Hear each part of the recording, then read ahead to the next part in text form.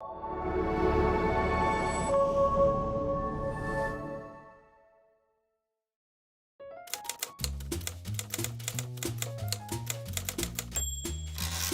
to the Dawson Creek podcast.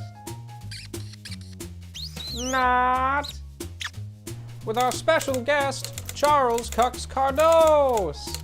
Now, on to the show.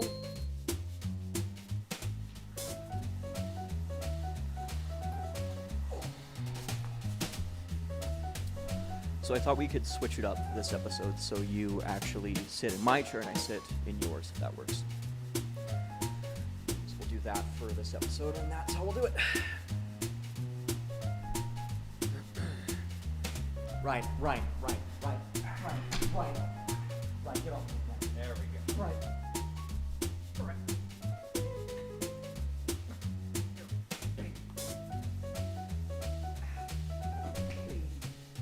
You're a big baby. Ooh, goo goo gaga. Big baby. Goo goo baby, my chair. baby. My chair. Baby. My chair. Stupid baby. Hello and welcome to the Not Dawson's Creek podcast, a show where we interview and highlight irregular yet extraordinary Dawson Creek citizens.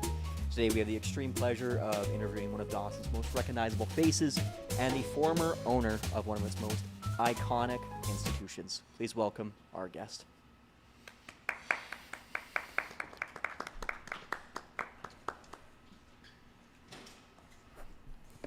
Charles Kux-Kardos, is it Dawson Creek or Dawson's Creek? It's definitely Dawson Creek, and a lot of people make that mistake. So you were the owner of the Alaska Hotel. We'll go a bit more in depth later in the episode about that. But how often did you get that working at the bar? Because I understand it was pretty famous and a lot of people stopped in that were travelers from out of town. So how often did you get the Dawson's Creek comparison? Innumerable times, and especially in my travels, anywhere I go where I say that I'm from Dawson Creek, people will say, "Oh, the TV show," and I say, "No, that's Dawson's Creek." I'm Dawson Creek, 55 paces south of the mile zero post of the famous Alaska Highway. Famous Alaska Highway. So I understand that you and your lovely wife Heidi, you guys came into town, into Dawson Creek. What year was that? 1971. You know, we were working on the Alaska Highway, and at the end of the season, we really had only a couple of choices. We couldn't go back to Vancouver because it didn't have any place to stay there, and so it was kind of Fort St. John or Dawson Creek. Mm-hmm. And we had gotten it into our mind after having watched our boss up on the highway, Jerry Avon, being in business for himself. We thought, well, we've got to get into some kind of a business. Right. And what business was that? Well, as hard as it is to imagine in this day and age, we thought of a diaper service because we had a one-year-old daughter at that time, Christabel. Yeah. And we had diaper service before we left Vancouver, but we had been washing diapers in 20-liter buckets up on the Alaska Highway where we were working, and we thought, gee, that's something that Dawson Creek doesn't have, and maybe that would be the ticket. Yeah, and was it the ticket?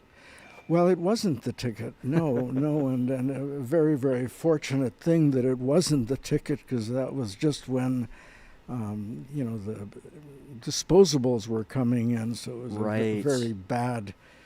And we came to Dawson Creek because Heidi had to write an exam here. She was not quite finished her bachelor's degree in psychology from UBC. Yeah. And they were using what's now Northern Lights College, but was the vocational school at that time, to adjudicate these exams for people. Mm. And so she had to go there, and we found the budget motel at the corner of Alaska and 17th, and It was within our price range, and so we were staying there, and I happened to get a copy of the paper and saw an ad looking for a couple to manage Bear Mountain Ski Club that is now the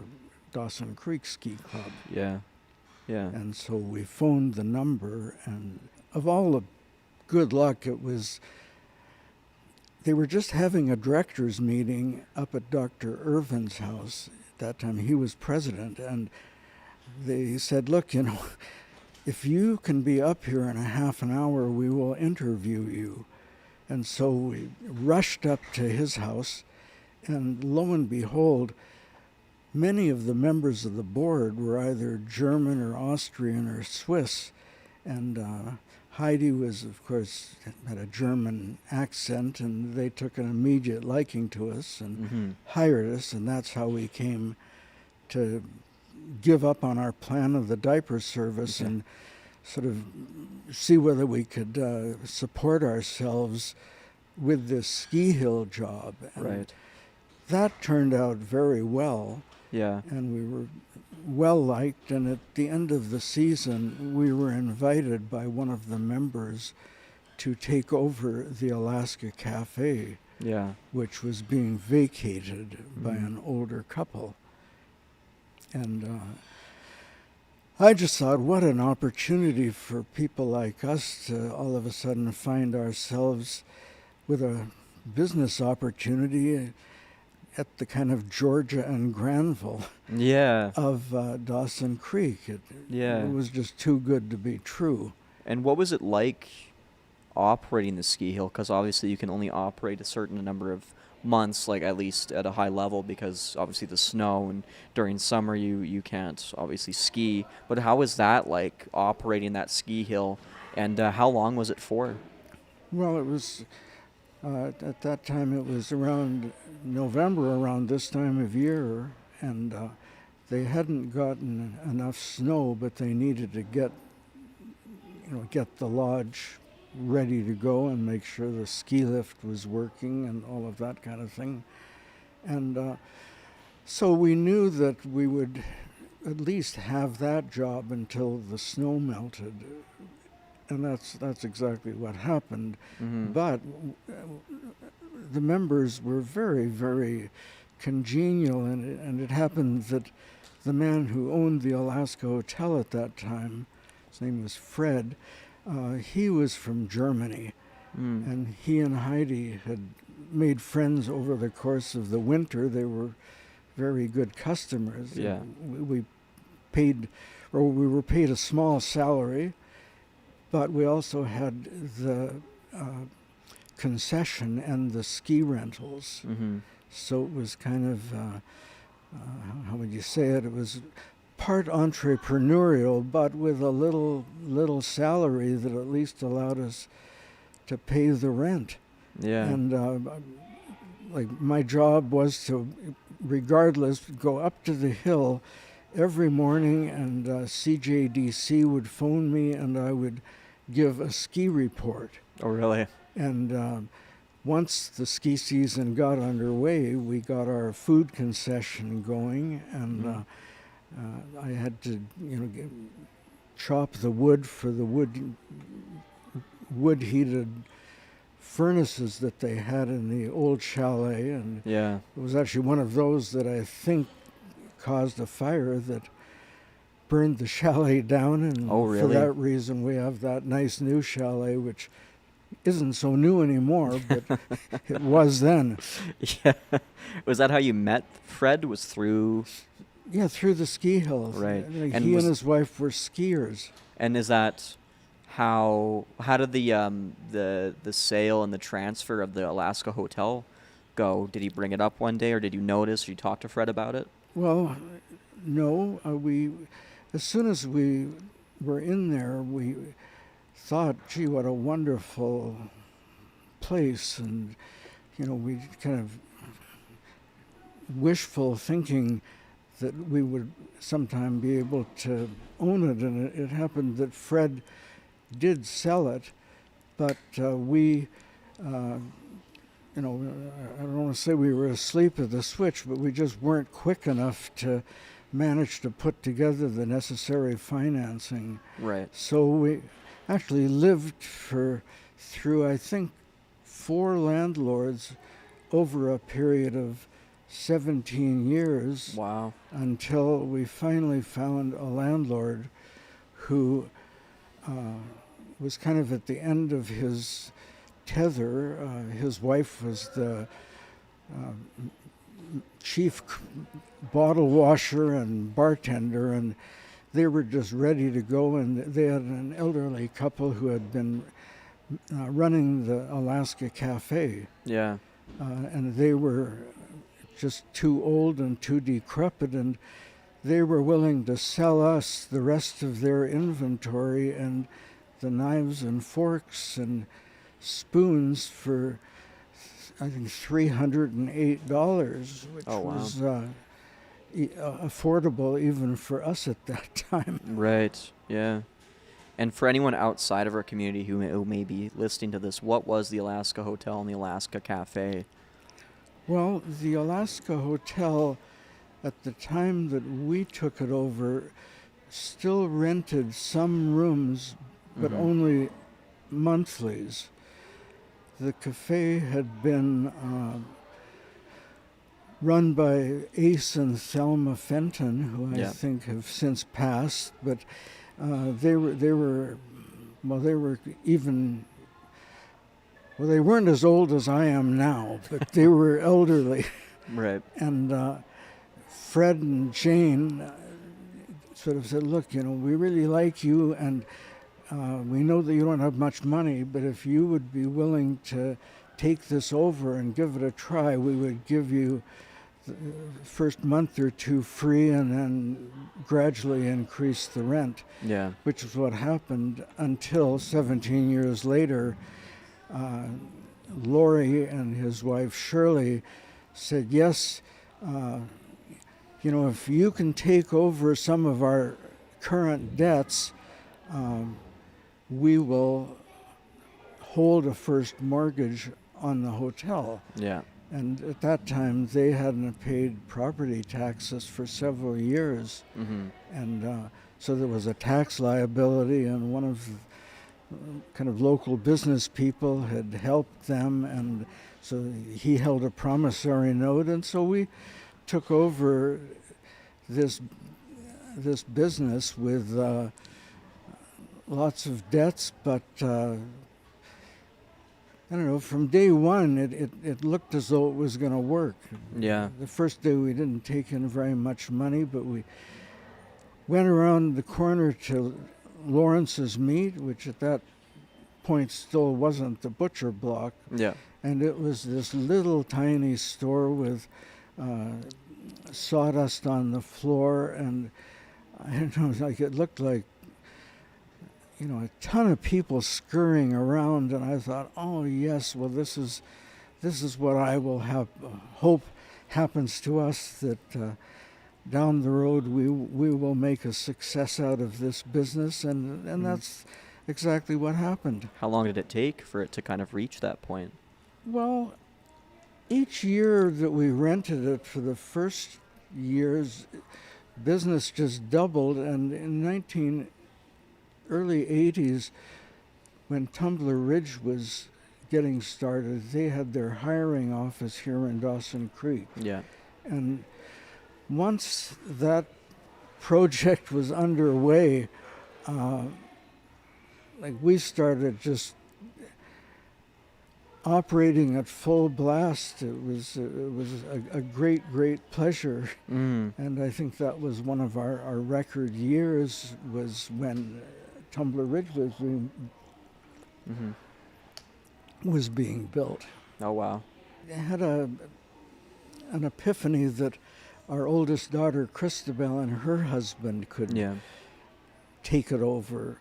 Now, I might say that of our 4 daughters, all but one of them used the Alaska Cafe continuously while they were as kids, just to be able to come in there and have chips and gravy and stuff like that Right. with their friends after school. And then when they were old enough to start working, they, started just helping and then filling in shifts. And all three of them were or 3 out of the 4 were very much a part of the Alaska Cafe. Yeah. And anyway, the oldest one, Christabel, and her husband, who had been working there off and on, but continuing their life in Vancouver, they decided that they wanted to take a crack at running the restaurant, and we thought that was a wonderful idea. Yeah. But unfortunately for us, that didn't work out. Now, for the city of Dawson Creek, and actually for the village of Kux-Kardos and Dawson Creek, their failure in the restaurant was a blessing in disguise, because Manny ended up getting a job as deputy clerk for the village of Kux-Kardos, and then the kind of powers that be in Dawson Creek of the day, Rob Bremner was Parks and Recs, and Greg Duborowski was, I think, deputy clerk. Anyway, they began looking seriously at hiring Manny away from Kux-Kardos, which they eventually did, and he worked here for many years until he was lured down to the Sunshine Coast. And the pub was doing really well, and we were blessed by having some really good staff for a period. And we were able to enjoy the fruits of our good fortune. Yeah. And so you enjoyed, the fruits of your labor for a number of decades. What was that like to provide that sort of environment for people in the town and to provide such a welcoming atmosphere? Because that's what I've been hearing about. I was too young, and so was Ryan, to actually go to the Alaska Cafe and Alaska Hotel. But how did that feel to provide that to the community? Well, it felt great, and like early in the cafe's history after we took it over, it just kind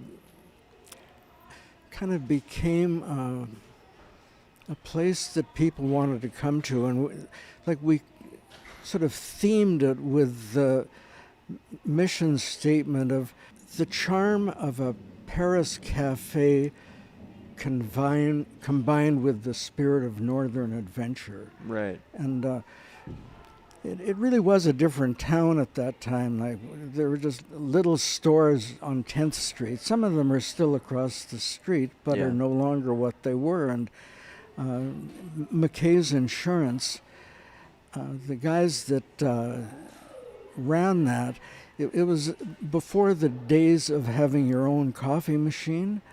And so they came for coffee every morning at 10 and in the afternoon at 3. And I had made it a goal to have something really visible that they could see when they came in on that Monday morning. And so when we weren't actually at work, we were out in the country scavenging old boards to create a kind of Western atmosphere. Oh, cool. And we, bought some old furniture, and I refinished it. And so every Monday they would be kind of asked, okay, so what have I done this week? And gradually the place became the stage set that it always was from that time on. Right. And of course the hotel and pub, once we got it, that living museum was carried on. I mean, we had the benefit of inheriting some really lovely furniture and paintings, and my uncle Ladislas Kardos was a pretty well-known Vancouver painter and painter of pictures, and so we had a ever-growing collection of his paintings. And It just came to be a place to be. And at first, I was kind of the only one out front doing the waitering, and Yeah. Heidi was the cook, and we had built up quite a nice relationship with the people at the ski hill, Yeah. and word of mouth just spread, and we advertised, and both of us became involved in the community. Like I immediately joined the chamber, Yeah. and I was a charter member of the Peace River Alaska Highway Tourist Association, as well as what is now Spicker South Peace Community Resources Society, but Right. at that time it was South Peace Youth Resources Society. Because the Alaska Hotel was was it a tourist attraction for a lot of people? It was, in a way, like it was, I think, it was the first liquor license that was granted in the Peace River country. I didn't know that, really. Yes, and during the days that the Alaska Highway was being built, I mean, it was busy, and the people that started it, the Michaud family, like there's still, like Rick Michaud, who has Stewie's Diner, his family does, but his dad was Mike Michaud, and Mike and Henry, and two or three other prominent business people, and I think one of them was a judge, started CJDC Radio. Really? Mm-hmm. Wow. I didn't know that. Yeah. Wow. You know, and It's all connected. so I remember, like, I got the idea to do a little show called Hey Chef, What's Cooking? Yeah. And that went on for a while, and I would interview various members of the community that had recipes that they wanted to share. Yeah. And it just really took off, and it was a wonderful, wonderful thing at its best. Mm-hmm. Wow, that's really cool. And what was the layout like? Because we never, like I said before, we never had the chance to go in. What was the layout like, at least in the pub? Like, what did it look like? Well, as I say, we didn't own the pub for the first 17 years. Yeah. But we created something very unique in the restaurant. And just as a little aside, Ryan's father, Tom Leewood, was one of our artists in residence. Really? And like very quickly, the kind of, we call it the local hippie community, adopted us, and along with that came our mutual connection to the arts.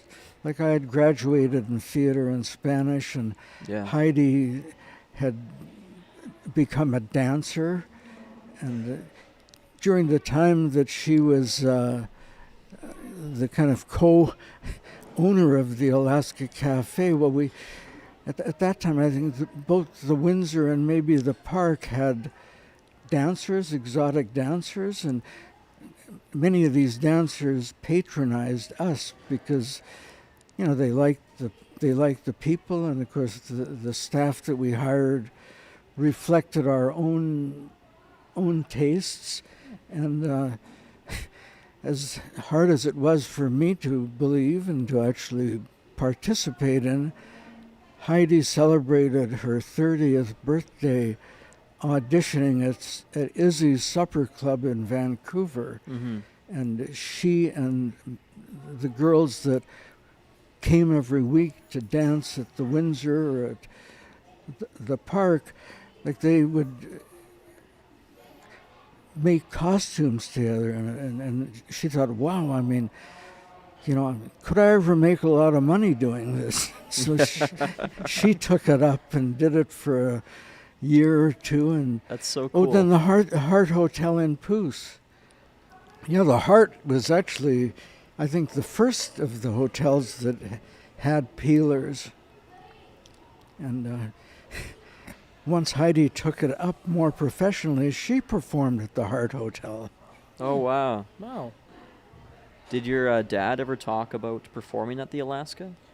He talks about it occasionally. Mhm. Yeah, he was a very prolific musician, so it gets lost in the mix sometimes. But yeah, he has spoken about the Alaska Hotel. I'll have to talk to him about it. Get some more information from him, because I didn't know that he was a patron, a resident there. Yes, yeah, I don't know. I don't think that he was the first one, but over the course of this 17 years, we had kind of lots of performers, and like Heidi and Joanne Folk. At that time, Joanne was married to the guy that was the editor of the Block News of the day, and she and Heidi started a conservatory of dance at Northern Lights College. But prior to that, they had something they called the Northern Lights Dancers. And Yeah. after Joanne moved on, Heidi continued, and the Northern Lights Dancers appeared at Expo 86. Mm-hmm. And I had gotten involved. I had become really fascinated by a Hudson's Hope character named Dudley Shaw, Yeah. and ended up writing this kind of neat little thing called "The Spirit of Dudley Shaw is Alive and Well in the Peace River Country." And you can see Dudley Shaw's cabin, I think, at the museum in Oh, really? Hudson's Hope. But I became very fascinated with him, and we had some just wonderful times. And I think that your dad must have been artist in residence there for at least a year. Wow. And then Shelley Mowat, Yeah. she was a young, Oh, really? talented person, and Shelley's she great. became an artist in residence. And then William Brookfield, who Mm-hmm.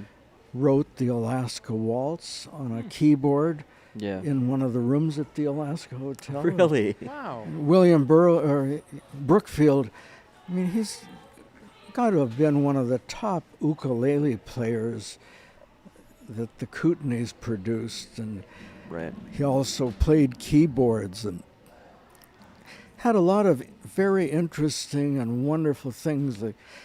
Like Heidi and Joanne started a belly dance group, Mm-hmm. and so the belly dance group performed at the restaurant, and it was amazing. Like when we first took over the restaurant, it had 2 horseshoe counters with stools, Mm-hmm. and we fairly quickly decided that we could create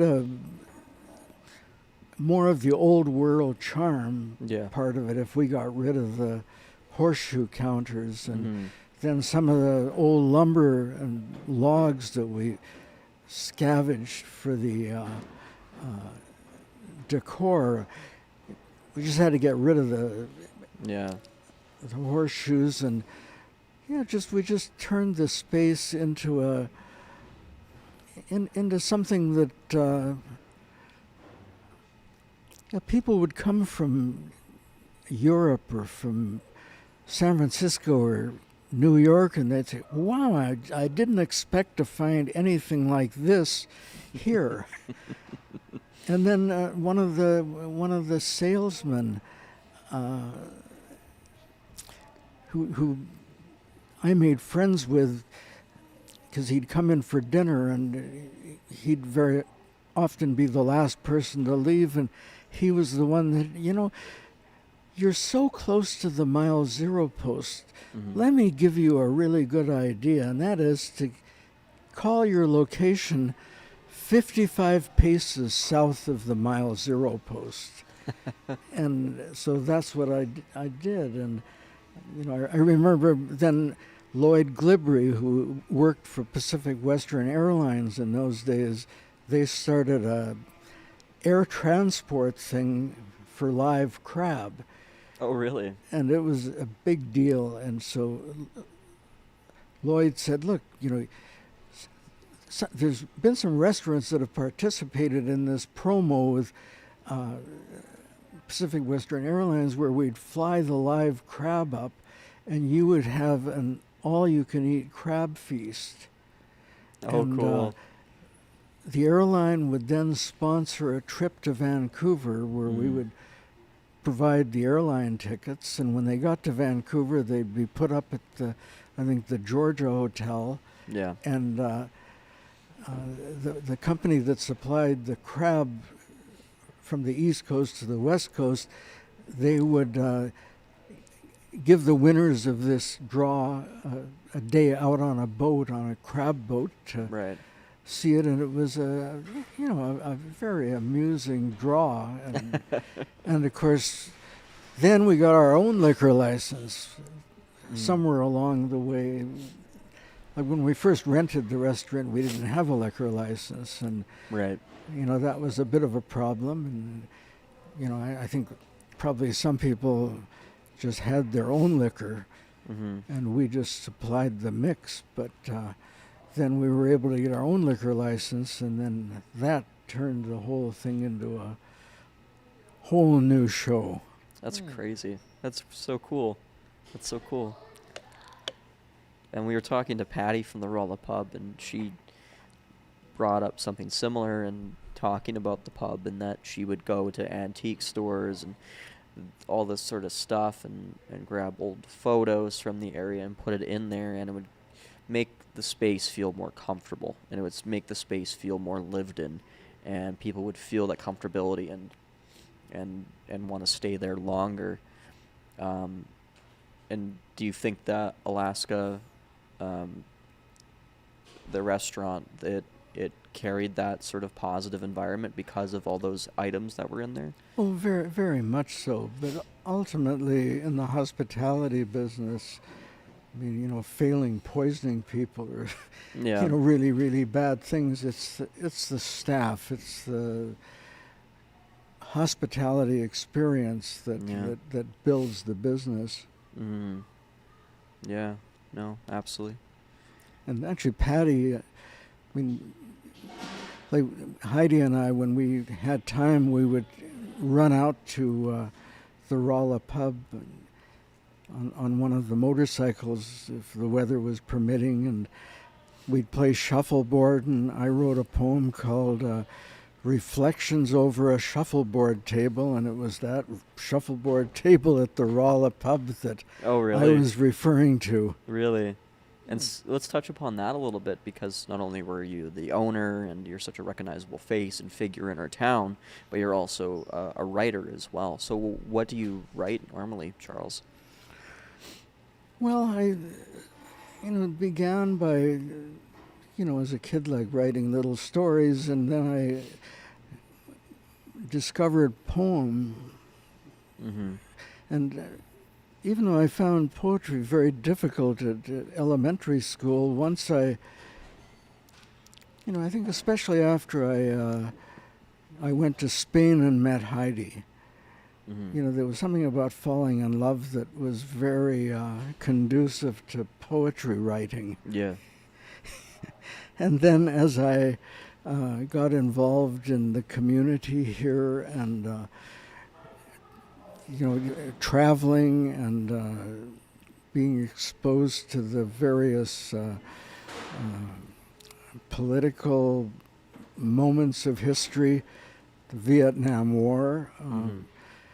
Oh, and then I ended up taking a workshop from a guy named John Kutnikoff, who was, kind of a lifestyle coach. Mm-hmm. And he and I made friends, and I showed him some of my work. And at that time, in addition to doing this traveling, kind of helping people gig, John was the basketball coach at Simon Fraser University. Oh, wow. And he offered me the chance to have him make up 50 copies of a book of poetry that I had written, which sort of got me started. And, I would occasionally read poetry. And, even recently I participated in a project that Tanya Clary Yeah. spearheaded right here at KPAC Yeah. last month, where I read Yeah. a piece out of one of my... And let's talk about this a little bit, because we're not going to get the chance to, because you're already such an interesting guy.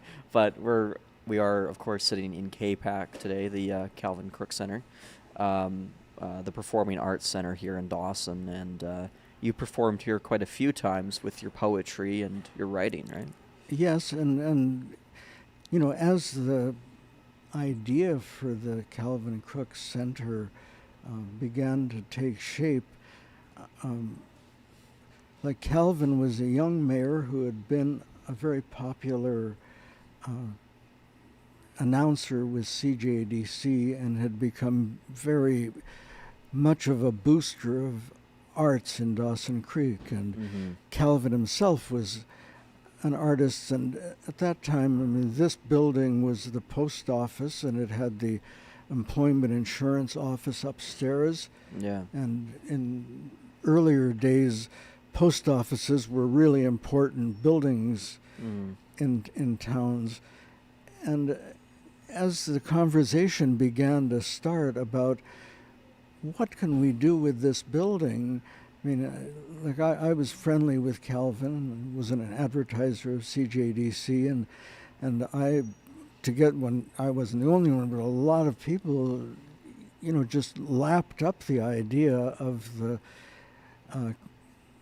the old post office being turned into a art and cultural center, and I was very, very much a booster of that, and Yeah.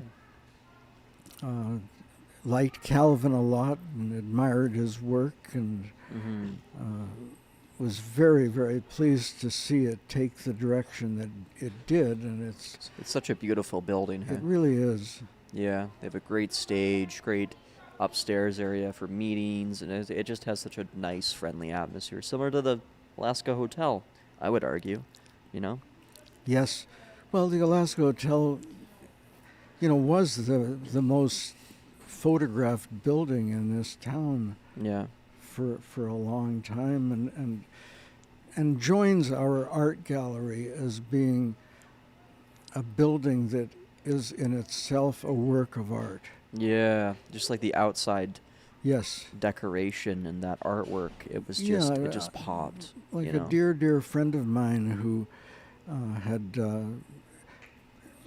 become friends with me when I first started law school, and I'd had this idea of the common room at the law school being filled with pictures of judges and old law students seemed kind of boring, and Mike Malcolm agreed that it was boring and that we should take all those pictures down and put up works by artists. And this was very successful, and so the law school common room became a studio space. Anyway, I enlisted Michael Malcolm to come to Dawson Creek Yeah. before we bought the hotel to do something with the front of the Alaska Cafe. And he created this wonderful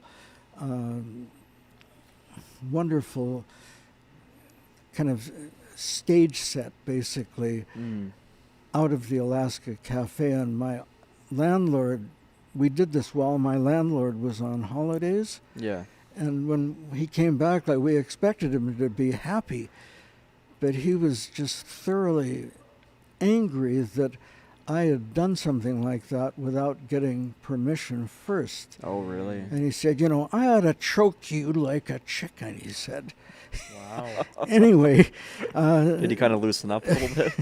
Yeah, as he saw people just photographing the cafe and the cafe being so popular, Yeah. he and Shirley, warmed up and accepted that it was a nice change. And then when we actually bought the hotel from him, we kind of worked over the rather boring reno that he had done and turned it into this masterpiece of Michael Malcolm's.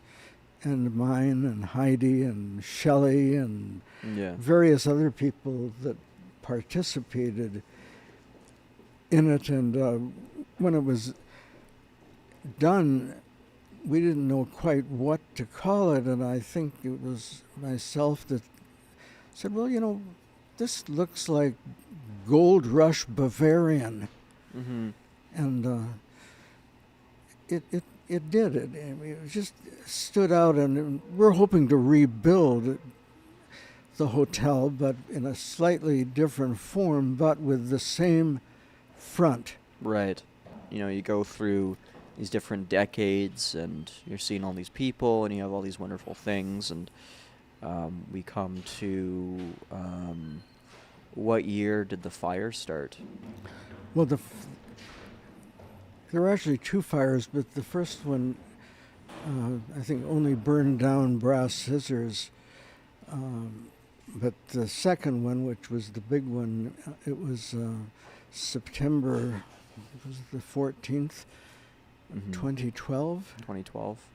Oh, really? And yeah, I was out in Pouce doing something and got a call from the hotel saying that it was on fire, and I rushed back into town, and the fire department was, busy attempting to spray it down, and then there was a certain point at which they just decided that it had used an awful lot of water, and that if they were going to save the Chamber building, Mhm. which is right there on the Mile Zero Plaza, that they had to let the Alaska Hotel go, and so Right. they quit trying to save it. Mhm. That's just terrible. How did that feel to have that go? The hotel. Well, I'm pretty much of a fatalist, Mm-hmm. and yeah, I mean, it's once I realized that it couldn't be saved, I mean, my attention went straight to insurance, Right. and that fortunately worked out Good. reasonably well. Mm-hmm. But I mean, the oil painting of my grandmother that had, come from Vienna, and many, many beautiful pieces of furniture and pieces of art that had come through kind of three of the people who I outlived. Yeah. Mm-hmm. It's a shame. Hopefully it will be reborn Yes. in Yes. my lifetime. Yes. Are there any plans for that, or is that just kind of a Well, hope? I mean, the plans for it are to create something very unique, in that it would be a progressive health hotel, Oh, really? like with me to some extent being the recipient, to where, we'll put it this way, like now that Canada has MAID, Mm-hmm. and my uncle and aunt were kind of pioneers in the MAID movement, Yeah. and my uncle always said, look, you have no control over being born, but you bloody well do have control over your final exit. And so Mm-hmm. my hope will be that the top floor of the Alaska Hotel, the new Alaska Hotel, will be called the Palliative Penthouse. Mm-hmm. And we will advertise around the fact that Dawson Creek is not only a great place to live, but it's a great place to die. Mm-hmm. And so the lowest floor of the hotel would be kind of recreational and, something where there'd be some greenery and, Yeah. perhaps a little bistro Yeah. where you could, have a drink, and then the next floor would be intermediate care, and the next floor would be extended care. Oh, cool. And from there you would go to the palliative penthouse, Yeah. and we would dig down deep, put in a crematorium Mm-hmm. in the first lower level of the hotel, Mm-hmm. and perhaps some indoor parking places. Yeah. A lot of different Very ideas. ambitious plan, but Very cool. like in 1990, I became chairman of the Rendezvous 92 Committee for Poos-Kupi and got a chance to go to Alaska as part of the planning process. And while on the plane, I had a fantasy of getting a group of Rolls-Royce and Bentley motor cars Mm-hmm. to drive the Alaska Highway. And again, my friend Michael Malcolm Yeah. jumped in and gave it the name the Smooth Cruise. And so the notion was that the Alaska Highway, after 50 years, has come of age, where you no longer have to worry about ruining your car, that it's now smooth enough for a Rolls. Yeah. So we called it the Smooth Cruise. And that was a wonderful event for Dawson Creek. And Yeah. Leslie Nielsen came to Really? Dawson, and the commissioner of the Yukon, and the town was full. And Ian Hannah-Mansing from CBC, Mm-hmm. in those days, he had real jet black hair, even though he is very recognizable even Right. today. But Mhm. he was broadcasting from the Mile Zero post, and Yeah. very good time. Wow. That's really cool. Well, this has been an awesome reflection on the past and talking about Dawson's past and what's good and what's even great about it. So as we finish up here, Charles, we have a question that we always ask our guests. If you were to describe Dawson with one word, what would it be?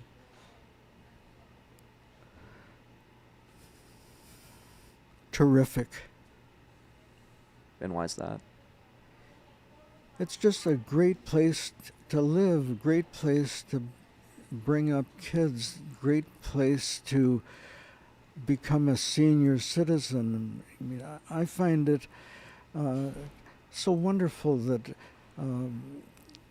my house is only 5 blocks from where the Alaska Cafe was, so that Yeah. one could walk. The ski hill where we got our start in Dawson Creek, I can be on Bear Mountain in 10 minutes Yeah. from my house. I don't know, I think it was Mayor Wayne Dolan that first kind of adopted the motto, Dawson Creek, the place to live. Mm-hmm. And I certainly find that it's just a terrific place, and I'm so grateful that I live here. Yeah. That's one of the reasons that I would be quite happy to die here. Yeah. Right. Because it's a great place to live, Yes. and it's a great place to die too. Yeah. Yeah. Yeah. Wouldn't it be great if we had something so popular that Yeah. that people would move in years before they died? Yeah. Well, Charles, this has been a fantastic time. Thank you so much. You're welcome, for that trip Ray. down memory lane. My We really pleasure, appreciate your and time. it's a Yes. big pleasure to have Ryan Leewood sitting right opposite me. Oh no, the pleasure is all mine. Does he look like Tom? Well, somewhat. Thanks for watching the Not Dawson's Creek podcast.